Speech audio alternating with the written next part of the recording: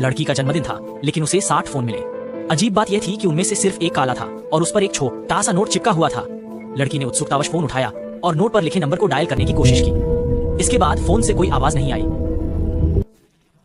तभी पीछे से एक और फोन बजने लगा। लड़की ने फोन उठाया और उसमें वही बात कही गई जो पहले सुनी थी।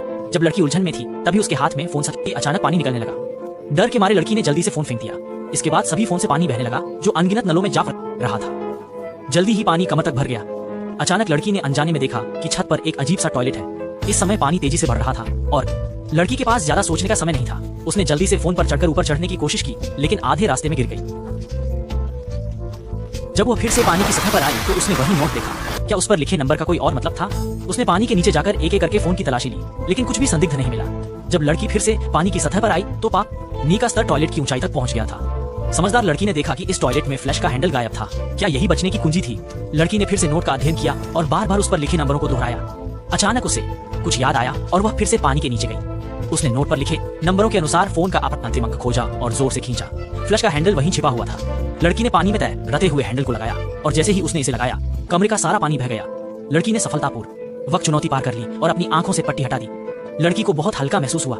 असल में यह भविष्य का एक मनोरंजन स्थल था जहां हर कोई देर रात तक खेलता रहता और जाने का मन नहीं करता। अभी जो लड़की ने देखा वह मात्र एआई द्वारा लाया गया एक वर्चुअल वर्ल्ड था। तकनीक के विकास के साथ सभी स्मार्ट उपकरण बिजली के बिना नहीं चल सकते, लेकिन उस रात एक विद्युत चुंबकीय पल्स आया। एक पल में पूरा शहर अंधेरे में डूब गया।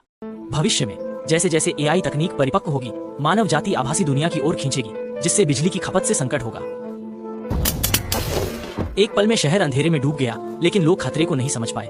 लड़की को भी तब तक एहसास नहीं हुआ जब तक दादा का फोन नहीं आया। असल में न सिर्फ शहर बल्कि पूरे देश की बिजली ठप थी। यह एक खतरनाक आपदा का संकेत था। लड़की के दादा इलेक्ट्रॉनिक्स विशेषज्ञ थे और उनके पास बैटरी उपकरण थे, इसलिए उन्होंने पोती को बुलाया ताकि वह सुरक्षित रहे। अगले दिन सुबह लड़की अपने पिता संग सामान पैक कर यात्रा की तैयारी करने लगी। सड़क पर गाड़ियों की भी डर थी। लोग इधर उधर भाग रहे थे। पेट्रोल पंप बंद थे और सुपरमार्केट में अफरा तफरी थी। लोग खाने पीने का सब सामान खरीद रहे थे। जब लड़की और उसके पिता एक बड़े पुल से गुजर रहे थे तो आगे सड़क दुर्घटना हो गई। पुल पर जाम लग गया था, लेकिन लोग धैर्य खो चुके थे और यातायात नियमों का पालन नहीं कर रहे थे। बाहर निकलने के बाद लड़की और उसके पिता लगातार बाधाओं का सामना कर रहे थे, लेकिन उन्हें अंदाजा नहीं था कि दुर्घटना होने वाली है। जब पिता पुत्री जागे तो दोपहर हो चुकी थी। लड़की ने तुरंत नक्शा निकालकर दादा की स्थिति जाननी चाहिए, लेकिन उसे नहीं पता था कि उसके पिता गंभीर रूप से घायल थे। ज्यादा दूर न चल पाने के कारण पिता गिर गए। लड़की ने तुरंत मदद की तलाश की और थोड़ी दूर पर किसी के रहने का पता चला, लेकिन बुजुर्ग ने पूरी कोशिश की, फिर भी लड़की के पिता को नहीं बचा सके। बुजुर्ग ने लड़की की स्थिति देखकर उसे दादा के पास ले जाने के लिए अपनी कार में बैठा लिया, लेकिन रास्ते में डाकू ने रोका। पहले तो लगा कि डाकू लूटपाट करेगा, लेकिन वह निर्दयी निकला। बुजुर्ग की मौत के बाद डाकू उनकी कार लेकर चला गया। यह देखकर लड़की डर के मारे कार में छुप गई और सांस भी नहीं ले पाई। वह खुद को दोषी मान रही थी कि उसकी वजह से बुजुर्ग की जान गई। वह नहीं जानती थी कि डाकू कितनी दूर चला गया है। अंततः गाड़ी एक परित्यक्त कार पार्क में रुकी। डाकू गाड़ी से उतरकर कुछ खोजने लगा।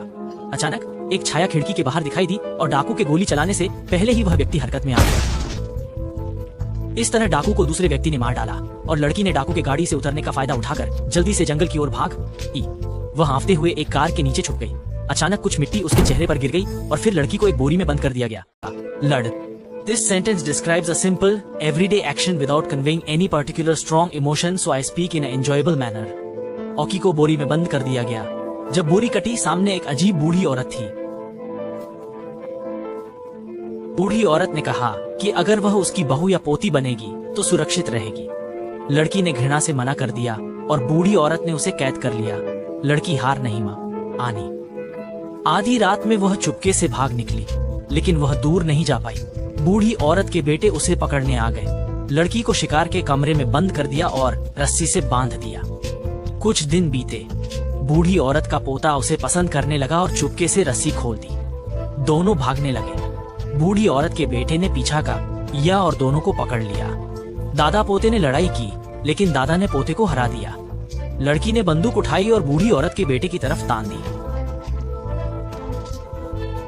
उसने गोली नहीं चलाई, लेकिन आदमी को गोली लगा। उसके दादा उसे ढूंढते हुए पहुंचे थे।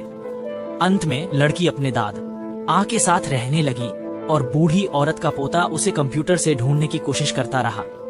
फिल्म यहीं खत्म होती है।